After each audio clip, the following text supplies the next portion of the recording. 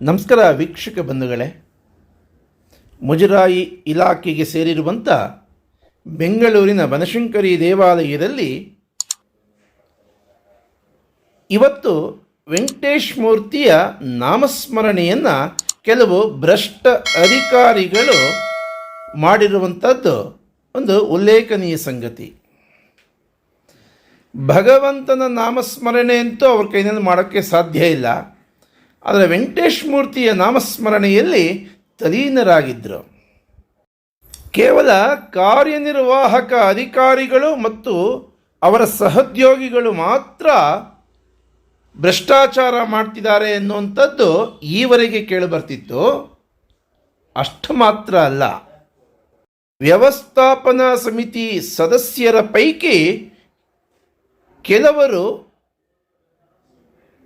ಪ್ರಾಮಾಣಿಕವಾಗಿ ಕೆಲಸ ಮಾಡ್ತಿದ್ದರೆ, ಇನ್ನು ಕೆಲವರು ಕೆಲಸ ಮಾಡೋಕ್ಕಾಗದೆ ಹೋದರೂ ಭ್ರಷ್ಟಾಚಾರಿಗಳಿಗೆ ಸಹಕಾರ ಮಾಡ್ತಾ ಅವರು ಅವತ್ತಿನಿಂದ ಏನೋ ದೊಡ್ಡ ಮನುಷ್ಯರು ಅಂತ ಏನೋ ಹೆಸರು ಮಾಡ್ಕೊಂಡು ಬಂದಿದ್ದಾರೆ, ಅದನ್ನೆಲ್ಲ ಸಂಪೂರ್ಣವಾಗಿ ಕಳ್ಕೊಳ್ಳೋದ್ರಲ್ಲಿ ತಲೀನರಾಗಿದ್ದಾರೆ. ಬನಶಂಕರಿ ದೇವಾಲಯದ ಕೆಲವು ಭ್ರಷ್ಟ ಅಧಿಕಾರಿಗಳು ಯಾವ ನೌಕರರು ವೆಂಕಟೇಶ ಮೂರ್ತಿಗೆ ಇನ್ಫಾರ್ಮೇಷನ್ ಕೊಡ್ತಾರೆ, ವೆಂಕಟೇಶ ಮೂರ್ತಿಗೆ ಇಲ್ಲಿನ ಭ್ರಷ್ಟಾಚಾರದ ಸುದ್ದಿಗಳನ್ನು ರವಾನೆ ಮಾಡ್ತಾರೆ ಅಂತ ನೀವು ತಿಳ್ಕೊಂಡಿದ್ದೀರೋ, ನೀವೆಲ್ಲ ದಡ್ಡ ಶಿಖಾಮಣಿಗಳ ಕಣ್ರಯ್ಯ. ವೆಂಕಟೇಶ ಮೂರ್ತಿಗೆ ಯಾರೋ ಹೇಳಬೇಕಾಗಿಲ್ಲ, ಜಗನ್ಮಾತೆಯ ಆವಾಹನೆ ಆಗಿದೆ ವೆಂಕಟೇಶ ಮೂರ್ತಿಗೆ. ನೀವು ತೃಣಕ್ಕೆ ಸಮಾನ ದೇವಾಲಯದಲ್ಲಿ.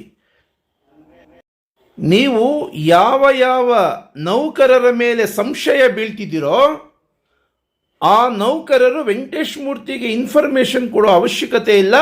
ಅವರನ್ನು ನಾನು ಹೆಚ್ಚು ಮಾತಾಡೋದಕ್ಕೂ ಹೋಗೋದಿಲ್ಲ. ನಿಮ್ಮ ಭ್ರಮೆ ಕಾರಣ ಏನು ಅಂದರೆ, ಆ ನೌಕರರಿಗಿಂತ ನೀವು ಕೆಳಸ್ತರದ ವ್ಯಕ್ತಿಗಳು ಮಾನಸಿಕವಾಗಿ. ಅವರಿಗಿರೋ ಪ್ರಾಮಾಣಿಕತೆ ನಿಮ್ಮಲ್ಲಿ ಕೆಲವು ಅಧಿಕಾರಿಗಳಿಗೆ ಇಲ್ಲ.